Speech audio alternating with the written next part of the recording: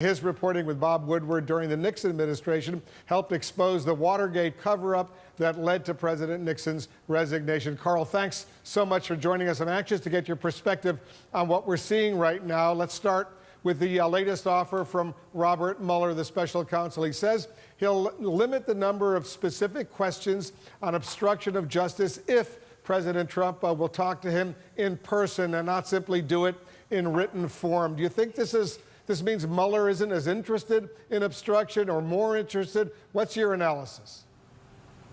I think we shouldn't read too much into that exact language. Of course he's interested in obstruction, and of course he has and has been preparing a case for obstruction of justice. As far as any of us who have been covering this can tell, it's not 100% certain. But more important, and if you read today's New York Times, and I think it's generally accepted, that the story in the Times says that he is also, Mueller, looking into possible coordination between the Russians and Trump associates in the campaign. And that would include members of Trump's family. So I think that we need to look at that aspect of it perhaps as being as dangerous for President Trump and those around him as these questions of obstruction. This whole investigation is going increasingly, from what we can see, to the question of collusion, a conspiracy perhaps to engage with Russians to impede and interfere in the elections. But we'll have to see. But certainly Mueller wants to go in that direction, and that's what the Times story indicates. As you know, the president's personal attorney, Rudy Giuliani, is framing a lot of this as going into the midterm elections. You can vote for impeachment if the Democrats presumably become the majority in the House of Representatives, or no impeachment if the Republicans maintain their majority. How do you see it? I think that that's a very careful formulation that the president and Giuliani and people in the White House are trying to make, whereas Democrats are trying to back away from that formulation. That what the White House wants to do is energize the base on all of this. That really what Trump has done throughout his presidency is to be the president of his base, not to be the president of all the people of this country, and to increasingly appeal and incite that base as a means of holding on to his office should it be threatened, and in terms of winning re-election if indeed he does run. You can almost tell, and you've been covering these stories for a long time, when a negative story is about to drop and the White House gets advance word of that, the president lashes out on social media, specifically on Twitter. His tweet yesterday on Sessions was apparently spurned. We can only guess why, but maybe that latest offer from Mueller about a direct face-to-face interview. His tweets on Sunday were allegedly over that New York Times story. Let me ask you this historically, because a lot of our viewers will remember, was President Nixon, when you and Bob Woodward were working on the Watergate-related stories, was he as anxious publicly during your reporting as we now see this president being very anxious, being deeply concerned about the Mueller probe? First, I think what we're seeing is more than anxiety on the part of Donald Trump. We are seeing a president who is behaving and acting unhinged. Nixon did not really publicly act unhinged, but I think we need to look at something larger, and that is that in Watergate, the system worked.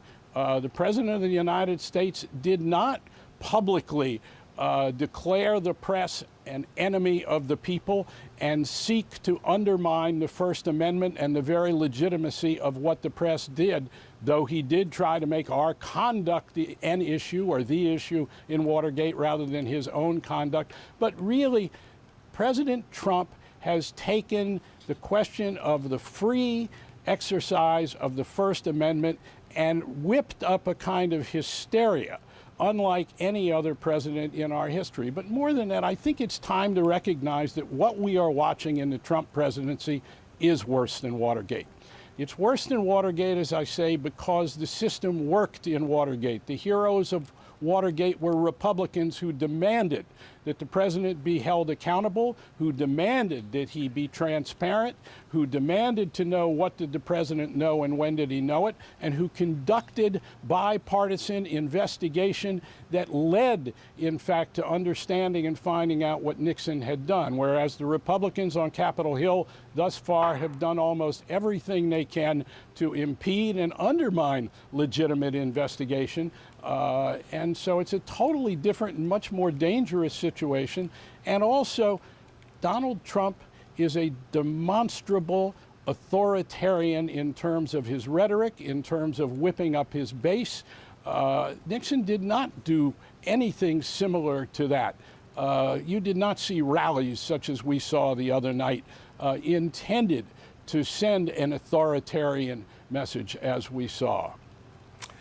Ivanka Trump broke with her father today as far as the U.S. news media is concerned. I want to play a clip for you. Listen to this. First, I have to ask you, we have a number of our colleagues here on the press. Do you think that we're the enemy of the people? Sorry? Do you think the media is the enemy of the people? No, I do not. That's not a view that's shared in your family. Are you looking for me to elaborate? Sure. No, I don't. How do you I mean, view I certainly have. I can share my own personal perspective. I've certainly received my fair share of reporting on me personally that I know not to be fully accurate. So I've, I have some sensitivity around why people have concerns and gripe, especially when they're sort of feel targeted. But no, I do not feel that the media is the enemy of the people. All right, well, she's clearly taking a different stance than her dad, who does believe that the so-called mainstream news media is the enemy of the American people. What's your reaction?